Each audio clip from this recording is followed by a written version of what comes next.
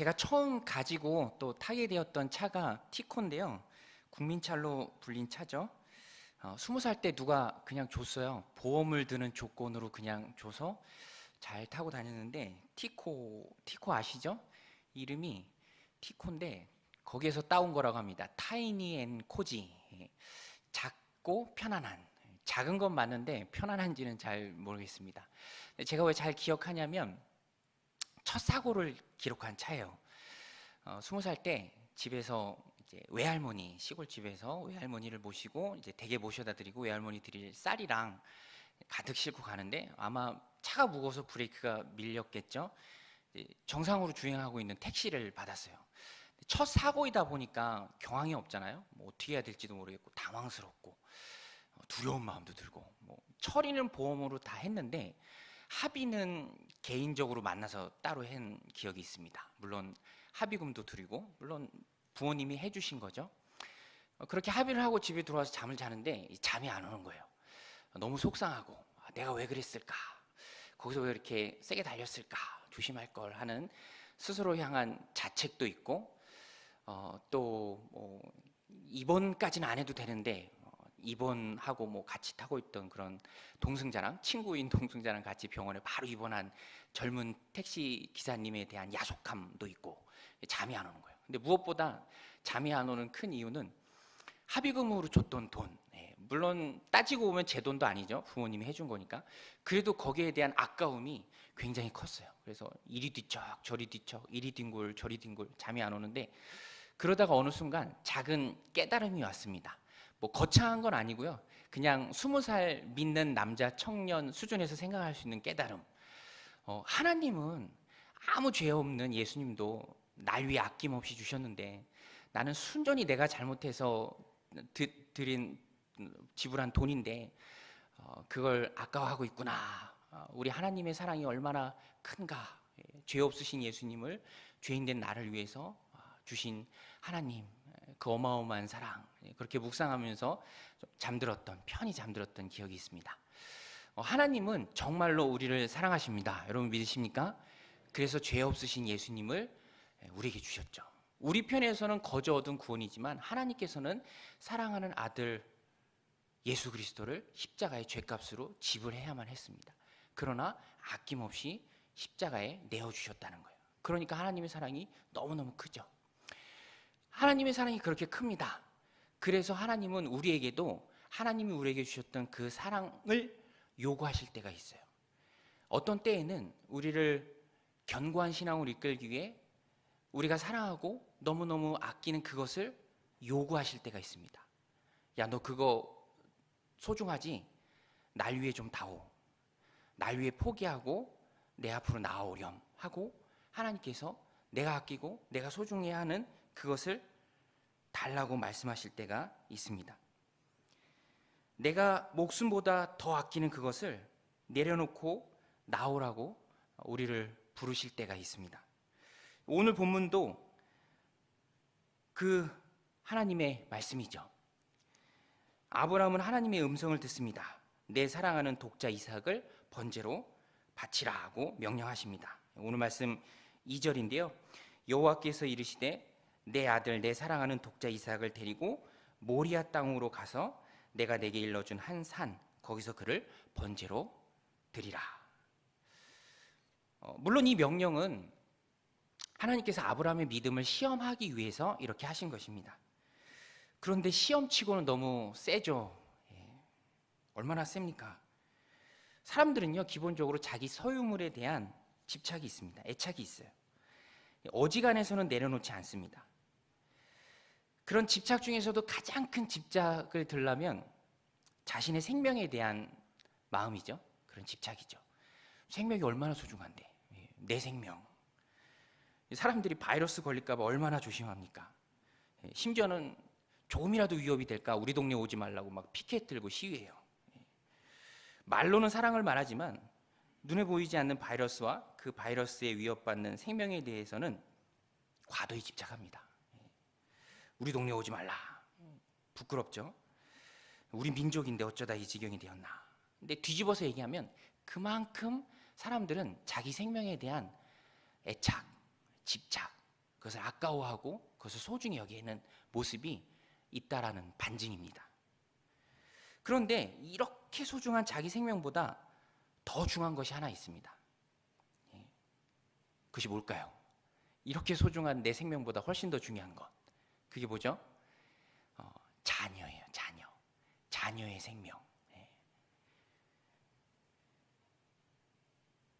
부모라면 자녀를 생명보다 더 아끼죠.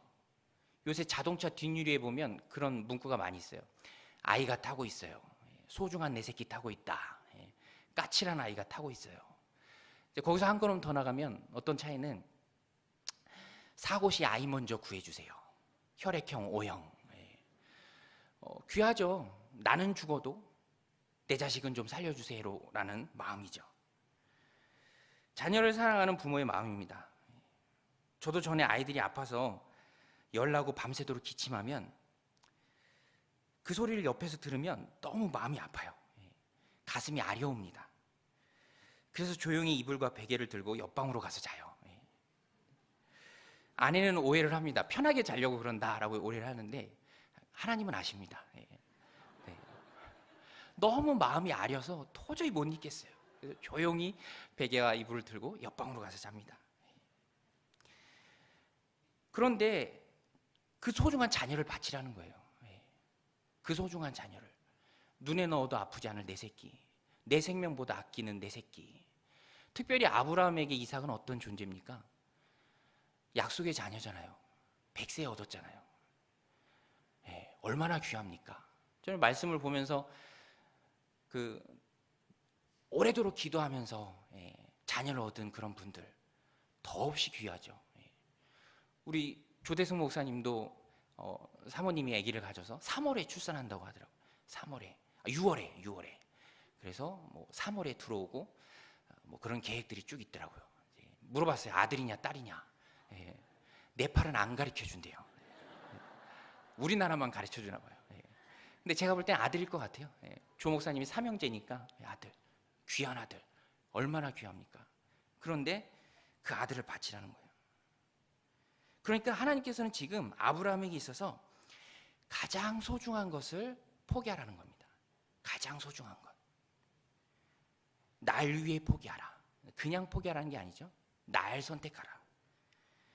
내 명령 따를래? 아니면 아들 살릴래? 뭐 하나님 심플합니다. 이삭이냐 나냐. 단순하죠. 단순하게 물으신 하나님 앞에 아브라함도 단순한 믿음으로 받습니다. 나는 하나님이 더 소중합니다. 그리고 이삭을 번제로 바칩니다. 물론 마지막 순간에 하나님이 다급해지시니까 2번 부르셔서 막으시긴 하지만 이미 마음에서 아브라함은 이삭을 하나님께 번제로 바쳤습니다.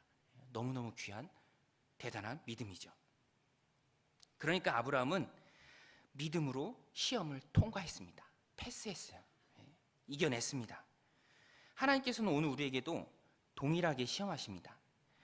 내 믿음과 내 신앙을 더욱 견고하게 세우기 위해서 시험을 허락하십니다.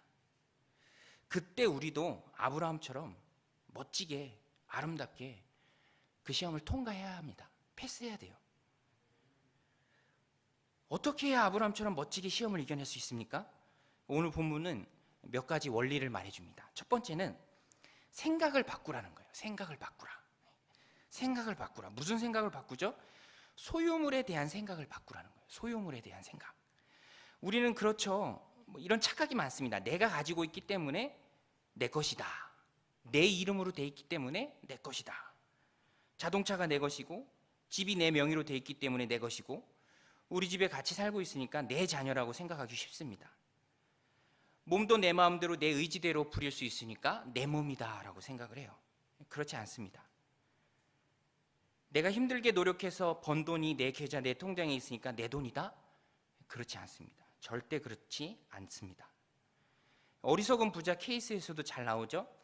자기가 열심히 벌어서 소유물이 많았습니다. 창고를 넉넉하게 지어서 다 넣었어요. 다 때려박았습니다. 그리고 그 소유의 넉넉함에 평안을 얻었다고 그 평안이 영원히 자기 것이 되나요? 길어야 하루 저녁이죠. 자기가 지금 가지고 있다고 자기 것이라고 속고 있는 사람들에게 하나님은 이렇게 말씀하십니다. 누가복음 12장 20절인데요. 하나님은 이르시되 어리석은 자여 오늘 밤의 내 영혼을 도로 찾으리니 그러면 내 준비한 것이 누구의 것이 되겠느냐 하셨으니, 우리는 이 도로 찾는다라는 말씀에 집중해야 돼요. 원래 하나님의 것이었기 때문에 하나님이 도로 찾으십니다. 내 영혼도 하나님의 것이고요, 내 영혼에 속한 내 소유물도 다 하나님의 것입니다. 내가 배 아파서 낳은 내 자녀라고 내 자녀가 아니죠. 하나님 자녀입니다. 다시 달라고 하면 드려야죠. 그래서 우리는 개념부터 바꿔야 돼요. 나의 것은 없다. 하나님이 나에게 잠시 빌려주신 것이다. 우리는 잠시 맡아서 관리하는 청지기입니다. 저희 집 아이들이 종종 티격태격해요. 종종이 뭡니까? 자주 싸워요. 아이들은 싸우면서 큰다라는 말이 얼마나 진리인지를 삶으로 증명하며 삽니다. 근데 제가 옆에서 이렇게 보니까 다툼의 내용들을 가만히 살펴보니까 어떤 물건의 소유에 관한 것이 대부분이에요. 이거 내 거다. 아니다. 전에 나한테 줬다. 아니다. 그때 잠깐 빌려준 거다. 다시 달라.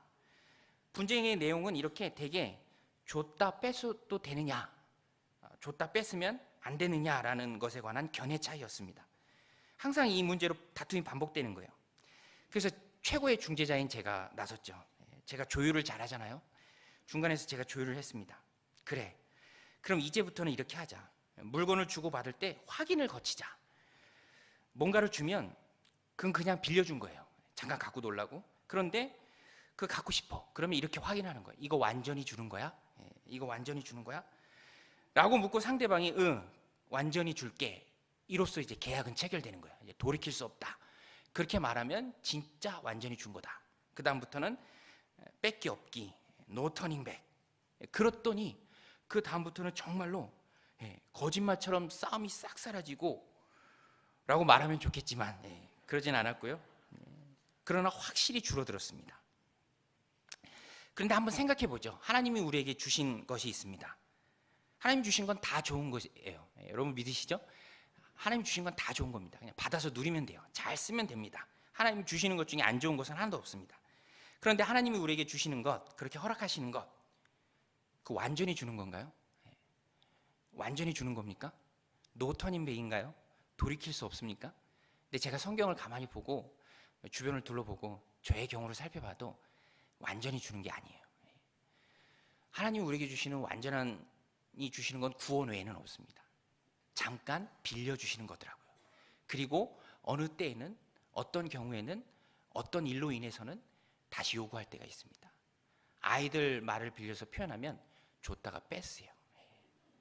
여러분, 하나님은 줬다 뺏으시는 분인 줄로 믿으시기 바랍니다. 다시 달라고 하신다니까요. 시험을 위해서든지 아니면 뭐 자격이 불충분하든지. 하나님이 소유를 요구하시면서 다시 돌려다고 하잖아요. 내 아들, 내 사랑하는 독자 이삭을 데리고 모리아 땅으로 가서 내가 내게 일러준 한 산에서 그를 번제로 드리라.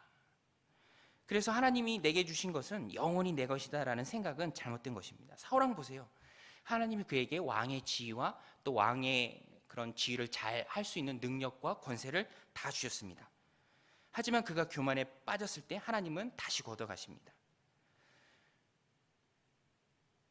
그러니까 하나님이 다시 달라고 말씀하실 때가 있습니다. 우리에게. 그때 우리는 어떻게 해야 합니까? 네, 여기 있습니다. 하나님께 내어드려야죠. 진짜 내 것, 영원히 내 것은 없습니다. 사랑하는 성도 여러분, 혹시 소유의 개념에 대한 어떤 오해가 있다면 생각을, 마음을 고치시기 바랍니다. 내 것은 없고 하나님 것만 있습니다. 우리는 다만 하나님의 것을 잠시 맡아서 관리하는 청지기입니다. 언제든 진짜 주인께서 달라고 하시면 드려야 합니다. 좀 쓰자고 하시면 기쁨으로 내어드리는 믿음의 신실한 종들이 다 되시기를 바랍니다. 믿음의 시험에 패스하는 두 번째 원리는 진짜로 실행하라는 거예요. 진짜로 실행하라. 우리는 누군가로부터 명령을 받으면 어떤 건 하는 척만 할 수 있어요. 제가 볼 때 그럴 수 있습니다. 사람은 항상 부족하잖아요. 명령자라고 항상 완벽한 게 아니잖아요. 뭐 그럴 수도 있죠. 수정 보완해야 할 것도 있고요. 그렇죠? 또 현실적으로 어려운 일도, 또 어려운 명령도 많이 있습니다. 이번에 설에 가족들끼리 모여서 얘기하는데 어머니가 공무원들한테 학을 떼듯이 떼시더라고요. 공무원들 계시면 죄송합니다. 뭐 저희는 냄새가 하나도 안 나는데 저희 시골 어머니가 목장을 하시는데 냄새가 좀 나나 봐요. 외지인들은. 그래서 새로 이사 오신 분들은 그렇게 민원을 넣으시나 봐요. 저희는 하나도 냄새가 안 나는데 뭐 냄새가 난대요. 아무튼. 그러면 공무원들이 민원인 넣었으니까 막 오라 가라 이거 해라 저거 해라 라고 그냥 책상에 앉아서 명령만 하는데 아주 그냥 답답해 죽으시겠대요. 전혀 도움 안 되고 전혀 힘든 현실적으로 불가능한. 뭐 전에는 한번 뭐 오라고 해서 다시 갔는데 뭐 160원이 이체가 안 돼서 뭐 다시 오라 그리고 어머니가 그냥 160대를 때릴까 막 이러시면서 화가 나서 그런 일들이 있죠. 뭐 어쩔 수 없습니다. 이해하면서 넘어가야죠. 사람의 명령은 항상 부족합니다. 거부, 뭐 또 때로는 단호하게 우리의 신앙의 편에 서서 거부해야 될 것들이 있죠. 뭐 목숨 걸고 그건 안 됩니다라고 뭐 국가가 얘기해도 절대 안 된다고 말해야 될 것들도 있고. 그런데 하나님의 말씀은 달라요. 하나님의 말씀은 다릅니다. 이건 다 순종해야 돼요. 확실하게 밀어붙여야 합니다. 사람의 명령이 아니기 때문입니다. 어미하신 하나님의 말씀이기 때문입니다. 아브라함 보세요. 말씀을 받고 진짜로 실행할 것을 다짐하고 또 그 다짐을 결단하고 또 그 결단을 실행에 옮깁니다. 아브라함의 이삭 번제 작전을 보면 그의 굳은 결심이 얼마나 확고했던지를 잘 알 수 있습니다. 먼저 일찍 일어나요. 오늘 말씀 3절에 보면 아브라함이 아침에 일찍이 일어나 나귀의 안장을 지우고 두 종과 그의 아들 이삭을 데리고 번제에 쓸 나무를 쪼개어 가지고 떠나 하나님이 자기에게 일러주신 곳으로 가더니 준비 다 했습니다. 그냥 뭐 거기까지 가서 이 나무를 준비 못했네. 거기 가서 막 이 불을 준비 못했네. 이렇게 하지 않았어요. 다 준비했습니다. 스스로 속이지 않았습니다. 진짜로 실행에 옮겼어요. 또 일찍 일어나는 것은 의지가 살아있다는 거죠. 아침엔 머리가 맑잖아요. 끌려가는 것이 아닙니다. 자기 스스로 결단하고 실행에 옮기는 거예요. 그리고 결정적으로 아내와 상의를 하지 않았던 것 같아요. 사라와 상의했다는 언급이 없습니다. 제 추측일 수도 있는데 아내와 상의하지 않았습니다. 이것은 사라를 핑계대지 않겠다는 단호한 결단이에요. 맘 약해질 일 만들지 않겠다는 거죠. 아내를 핑계로 마땅히 해야 할 순종을 피하지 않겠다는 것입니다. 아마도 사라는 이삭 번제 사안에 대해서 동의하지 않았을 것입니다. 상의했다면. 뭐 상상하기도 어렵죠. 한번 생각해 보세요. 여보 잠깐 여기 앉아봐. 내가 상의할 게 있는데 어제 하나님이 좀 말씀을 주셨는데 이삭을 말이야 번제로 좀 드려야 될 것 같아. 당신 생각은 어때? 뭐 상상이 되나요? 이게 말이 안 되잖아요. 뭐 그래요 여보, 하나님 말씀이 어쩔 수 없죠. 뭐 잘게 쪼개서 이렇게 잘 하고 오세요. 뭐 이렇게 뭐 말이 안 되잖아요. 왜 상의를 하지 않았을까? 자녀에 대한 아무래도 여성들이 정서적 유대, 애착, 그것을 넘어서는 집착이 큽니다. 지난주에 집에서 제가 제일 많이 아내로부터 들은 말은 레벨 테스트예요. 레벨 테스트. 첫째 아이가 무슨 영어학원을 다니는데 상급방으로 가기 위해서 무슨 레벨 테스트를 봐야 되나 봐요. 금요일이 시험인데 월요일부터 공부하라고 들들 볶아요. 애만 볶으면 되는데 저까지 볶아요. 공부할 거 프린트해야 되는데 잉크 주문 왜 안 했냐? 잉크 언제 오냐? 너무 늦다. 잉크 파는데 어디 없냐? 그거 왜 저한테 물어봅니까? 제가 레벨 테스트 보는 것도 아닌데. 근데 이게 다 여느 엄마들이 다 그렇죠. 자녀를 향한 기대가 있고요. 또 나쁘다는 게 아닙니다. 사랑의 표현이겠죠. 아마 사라도 아들 이삭을 향한 원대한 계획이 있었을 겁니다. 근데 번제? 번제가 뭡니까? 우리 초등부에서 물어보니까 잘 알더라고요. 반만 알더라고요. 근데 태워서 드리는 것, 연기로 드리는 것. 그 뭐 동의할 리가 없잖아요. 다 큰 자식. 아브라함은 반대할 거 알고 진짜 실행하기 위해서 상의하지 않았습니다. 근데 어떤 분들은, 오늘 이 시대를 살아가는 어떤 분들은 하나님의 뜻을 이루는 것보다 자신의 뜻을 이루는 것을 좋아하는 사람들이 있습니다. 그럼 자신의 뜻을 딴 곳에 두고 이쪽 순종의 길로 가야 되는데 못 이기는 척 자꾸 안 되는 쪽으로 이끌어가요. 사라한테 간다고 합니다. 그러고 가면 안 되는 거 뻔한데 핑계 대려고. 하나님 명하신 모리아산으로 가야 하는데 핑계가 있는 사라한테 간다니까요. 일찍 일어나서 하나님 말씀하신 대로 이삭 데리고 가면 될 일인데 핑계거리를 만들어요. 그러니까 시험에 통과하지 못하는 겁니다. 하나님 말씀이 분명하다면 거침없이 모리아산으로 가야 합니다. 순종하면 될 일이고요. 뭐 고민이나 기도나 그것들은 다 핑계라는 것입니다. 아브라함은 거침이 없었습니다. 매우 담대했습니다. 그래서 3일 길 내내 모리아산을 향해서 제물이 될 이삭과 함께 걸었어요. 3일 길 내내. 그동안 아브라함의 마음이 어땠을까요? 에이, 안 되겠다, 다시 돌아가자, 그렇게 하지 않았습니다. 또 행여나 동행한 종들이 방해가 될까봐, 우리 주인이 노망이 났나, 미치셨나, 막 막을까봐 얼마큼 가서는 종들을 두고 갑니다. 확실히 결단한 거죠. 그리고 이삭이 의미심장한 말을 해도 동요하지 않습니다. 이삭이 아버지한테 그래요. 7절에 보면 이삭이 그 아버지 아브라함에게 말하여 이르되 내 아버지여 하니 그가 이르되 내 아들아 내가 여기 있노라. 이삭이 이르되 불과 나무는 있거니와 번제할 어린 양은 어디 있나이까. 사랑하는 아들이 눈을 똘망똘망 뜨고 이렇게 말할 때 아버지의 마음이 얼마나 무너지겠습니까? 저도 막내가 아빠 하고 부르면서 뭔가를 물어볼 때는 눈을 마주쳐요. 마음과 마음이 만나서 대화하는 거죠. 아브라함과 이삭도 그랬다는 것입니다. 그래도 아브라함은 꿈쩍하지 않았습니다. 정말 흔들리지 않는 믿음이죠. 아브라함은 믿음의 사람이요 순종의 사람이었기 때문입니다. 핵심은 밀고 나가는 순종력이죠. 중간에 얼마나 핑계도 많고 장애도 많고 복잡한 상황도 많고, 그러나 아브라함은 거침없는 순종력으로 밀고 나갑니다.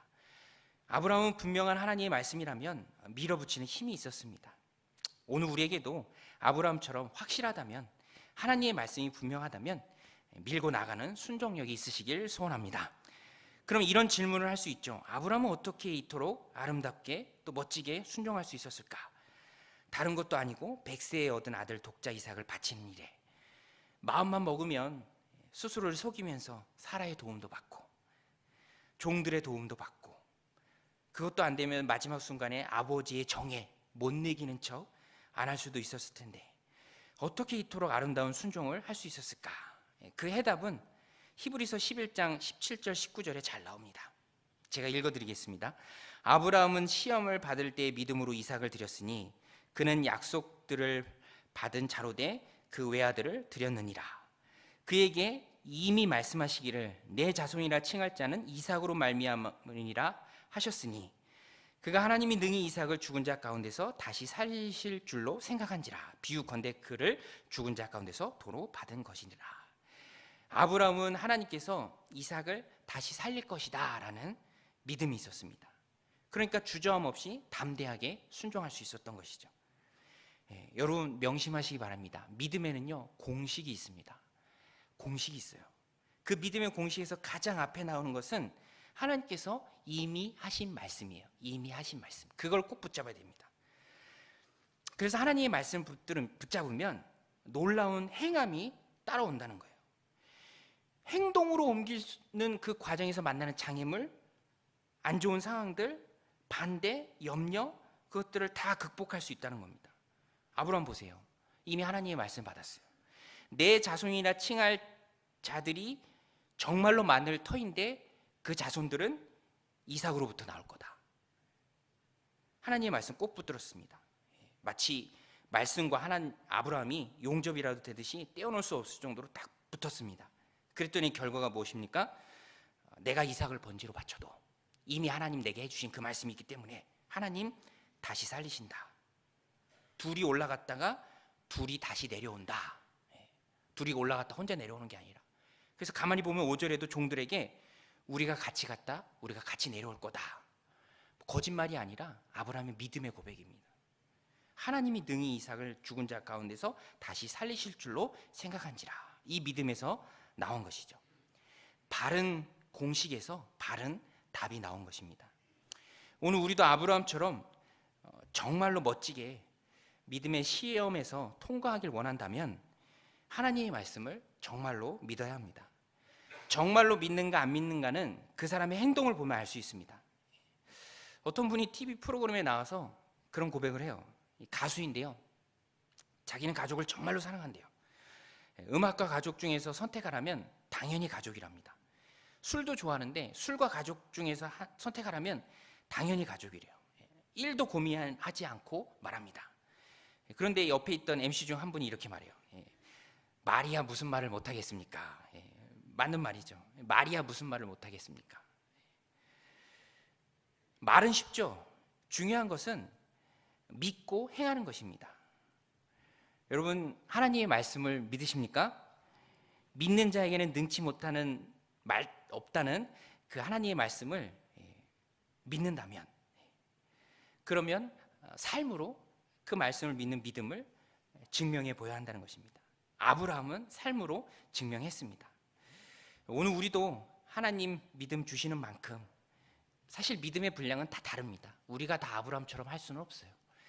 그러나 하나님 믿음 주시는 만큼, 소원 주시는 만큼, 작더라도 작은 것이라도 그 믿음의 한 발자국을 떼는 게 중요하겠죠. 물론 하나님이 큰 믿음 주시면 아브라함처럼 큰 순종도 할 수 있습니다. 작은 믿음 주시면 주시는 믿음만큼 작은아마 그 순종의 길을 걸어가야 한다는 것입니다.